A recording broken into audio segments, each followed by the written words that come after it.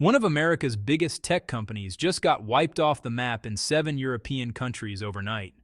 Not by hackers, not by regulators, but by a Chinese firm they thought they could ignore.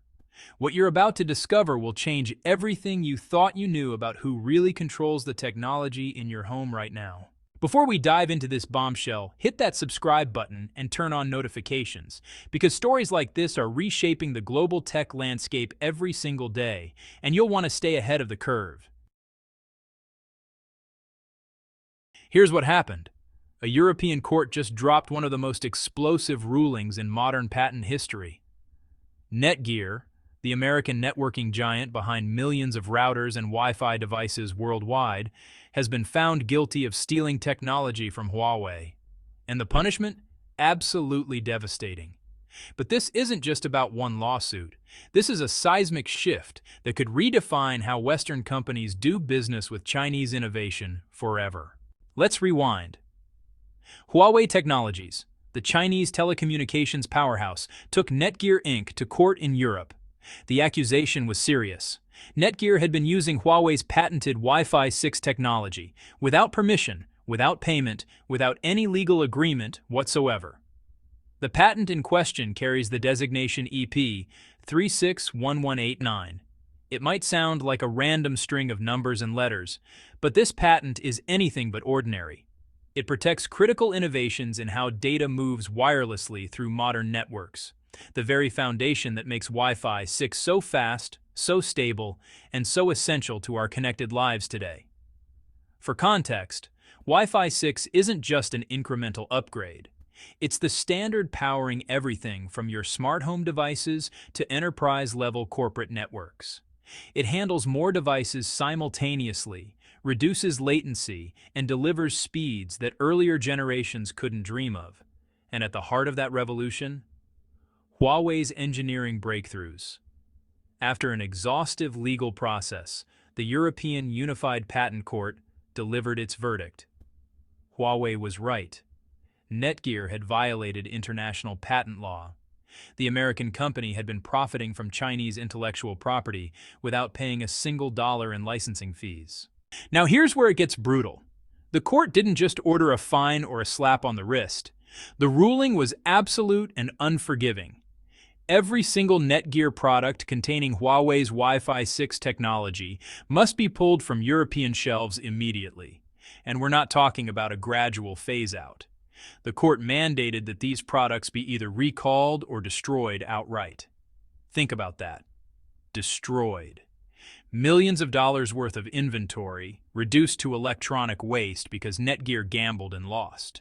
But it doesn't stop there. Netgear is now banned from selling these products across some of Europe's wealthiest markets: Germany, France, Belgium, Sweden, Finland, Denmark, and Italy. These aren't minor economies. Combined, they represent hundreds of millions of potential customers and billions in annual revenue. On top of the sales ban and product destruction, Netgear must also pay financial compensation to Huawei for years of unauthorized use.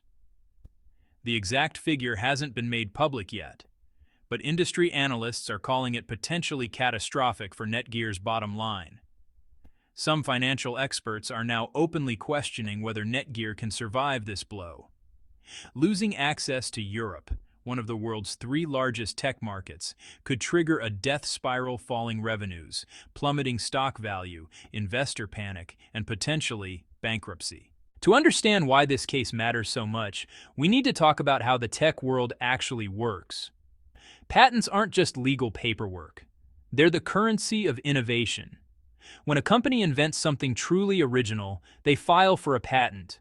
That patent grants them exclusive rights to that technology for a set period of time. If someone else wants to use it, they need to negotiate a licensing agreement and pay royalties. Basically, a per-device fee that compensates the inventor. This system is the backbone of global technology. It's what allows companies to invest billions in research without fear of being copied overnight. And it's not optional. It's international law.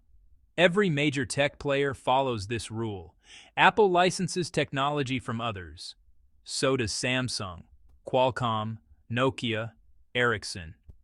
They all pay and they all collect. It's how the ecosystem stays fair and functional. So when Netgear used Huawei's Wi-Fi 6 innovations without a license, they weren't just cutting corners, they were breaking the rules everyone else follows. And the European court made it clear, no one gets a free pass, no matter where they're from. Now let's talk money, because this is where things get fascinating. Different companies charge vastly different rates for their patented technology. Ericsson, the Swedish telecom giant, charges anywhere from $2.50 to $5 per smartphone depending on the features included. Nokia asks for up to $3 per device. Qualcomm, the American chipmaker, takes a percentage-based approach, collecting between 2.27% and 5% of a product's wholesale price. On high-end devices, that can add up fast, and Huawei? They charge roughly $1.50 to $2.50 per device. That's among the lowest rates in the entire industry, despite owning some of the most advanced technology on the planet. Why so low? Because Huawei's strategy isn't about squeezing maximum profit from patents. It's about expanding global influence and accelerating adoption of their standards. While Qualcomm rakes in tens of billions annually from licensing alone, Huawei's patent income sits around $500 to $560 million per year, a fraction by comparison. But here's the kicker. Huawei doesn't need patent money to dominate. They invest more in research and development than almost any other tech company on Earth. In 2022 alone, Huawei poured approximately 160 billion yuan, that's about $22 billion USD, into R&D. That represents roughly 20% of their total revenue. To put that in perspective, most companies invest between 5% and 10%. Huawei is doubling or tripling that commitment. The result? An intellectual property empire. Huawei now controls 10% of all global 4G patents. They hold 15% of narrowband IoT patents, the technology that powers smart cities and connected infrastructure. They own 20% of all 5G patents worldwide. And when it comes to Wi-Fi 6 and LTE-M technologies, Huawei essentially dominates the field. This isn't luck. It's the outcome of decades of disciplined investment in innovation over short-term profits. But if you think the Netgear case is shocking, wait until you hear what's happening between Huawei and Apple right now. Because while the Western media wrote Huawei's obituary after US sanctions, the company has staged one of the most stunning comebacks in modern tech history. For years, Apple owned China's premium smartphone market. Carrying an iPhone wasn't just about specs or software. It was a status symbol, a statement, a flex. But in 2025, that narrative has collapsed. Chinese consumers are no longer buying the hype. They're asking a simple question. Why pay premium prices for incremental updates when there's a homegrown alternative that's actually better?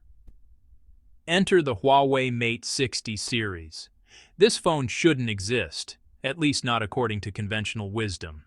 After the US banned Huawei from accessing American 5G chip technology and Google services, most analysts predicted the company would fade into irrelevance. Instead, Huawei did the unthinkable. They built their own chips. They developed their own operating system. They created an entirely independent tech ecosystem, no American components required. The Mate 60 runs on a 7-nanometer processor designed and manufactured in China. It supports full 5G connectivity.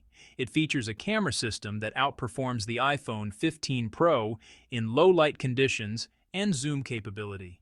It offers satellite calling, a feature Apple only just introduced, and it costs hundreds of dollars less than a comparable iPhone. When the Mate 60 launched, the response was explosive. Stores sold out within hours. Online pre-orders crashed Huawei's servers, and suddenly, Apple, the undisputed king of China, was scrambling.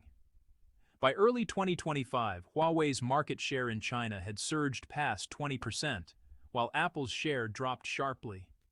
In major cities like Beijing, Shanghai, and Shenzhen, Huawei phones are outselling iPhones 2-to-1. Analysts are calling it the Great Reversal. Bloomberg described Huawei's resurgence as a nightmare scenario for Apple. Reuters called it a turning point in the global smartphone wars.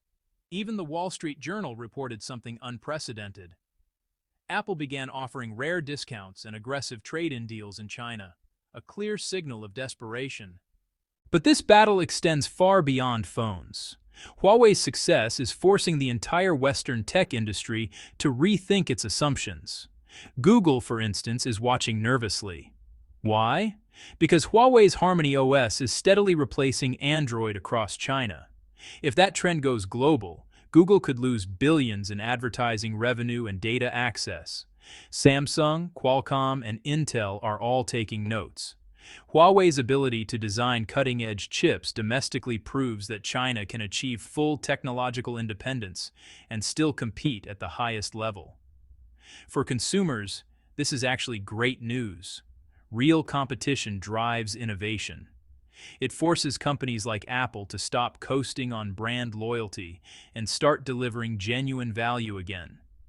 For the first time in a decade, the smartphone market feels dynamic and unpredictable.